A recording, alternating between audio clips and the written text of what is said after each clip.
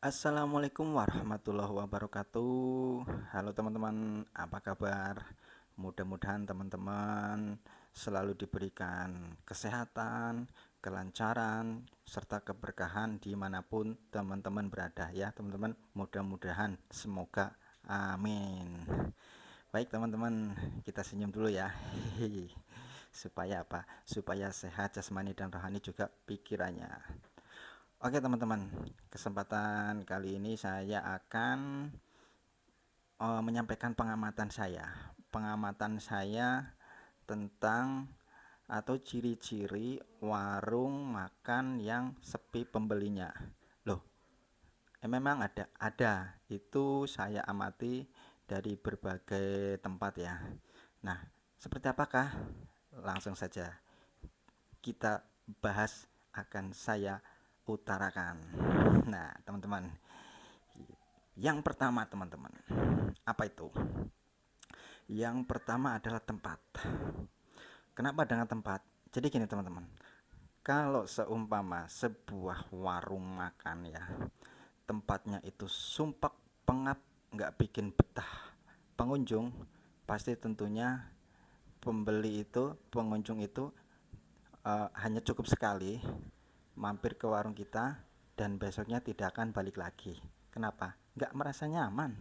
Gimana sih mau kita makan kok nggak nyaman?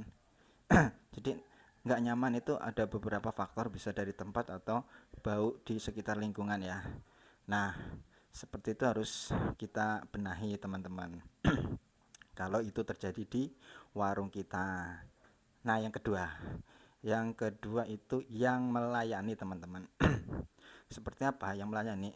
Misalkan gini teman-teman, kita di sebuah warung makan, kalau kita mau beli, yang melayani itu jutek, judes, ataupun jempetut gini, nggak nafsu teman-teman, nggak nafsu kalau udah dijempututin, apalagi dijudesin. Wah, walaupun beli itu besok nggak bakal balik lagi. Lah yang nggak senyum, nggak ramah ya, males.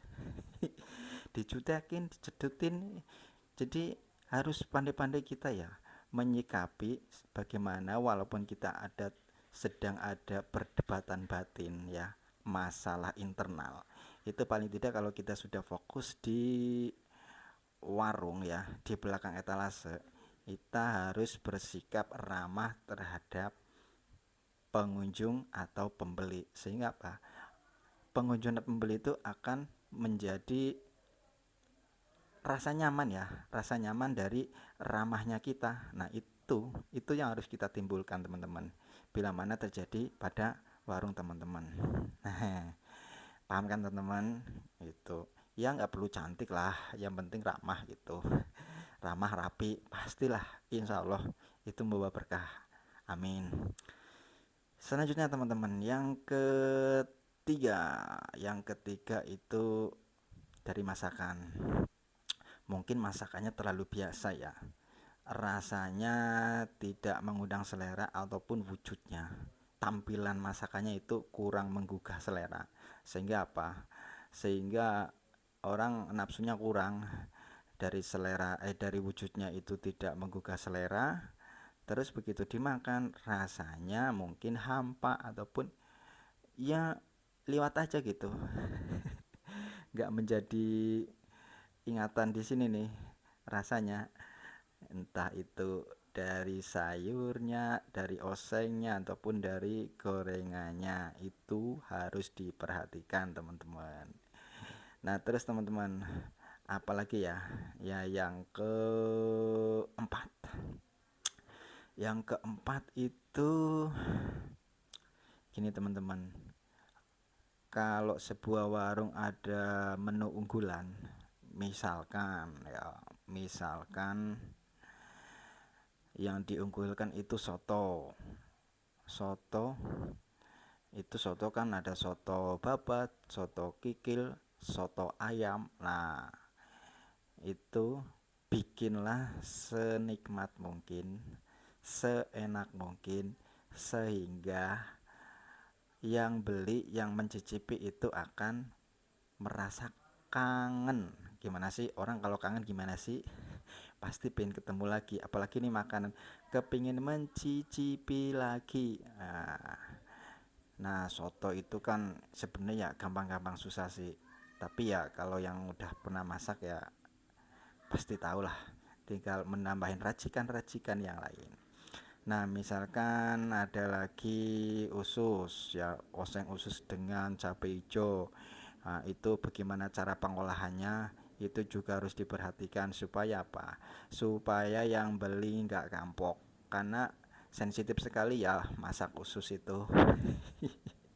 Kalau nggak pinter-pinter itu bau bau nggak enaknya tuh masih nempel lah, masih nempel di ususnya. Jadi orang memakan begitu dicium, wah kelenger, agak bacin-bacin dikit gitu.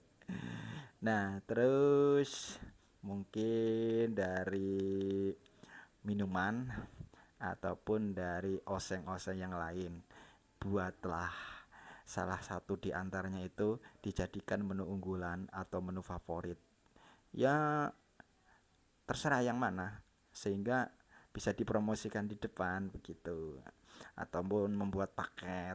Nah, sehingga itu kan orang menjadi tertarik ya, dengan dari tempatnya nyaman, terus pelayanannya ramah, kan enak nyaman.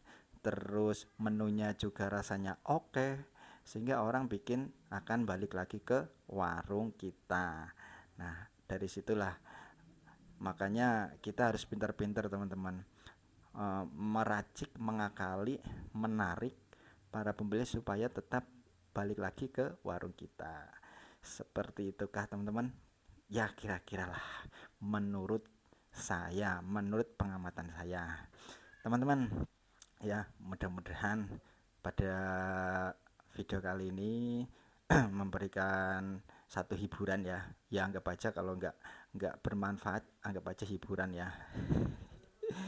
Hiburan ya, syukur-syukur memberikan satu jadi inspirasi ataupun ide ataupun pembenahan pada warung teman-teman yang mungkin sedang mengalaminya. Jadi hal-hal yang tadi yang sudah saya sampaikan, saya utarakan, bisa dibenahi gitu teman-teman. Baik teman-teman, terima kasih sekali ya sudah menonton video saya kali ini. Sampai jumpa di video saya berikutnya. Tetap semangat dan terus berjuang. Mudah-mudahan tetap sukses dan lancar. Wassalamualaikum warahmatullahi wabarakatuh.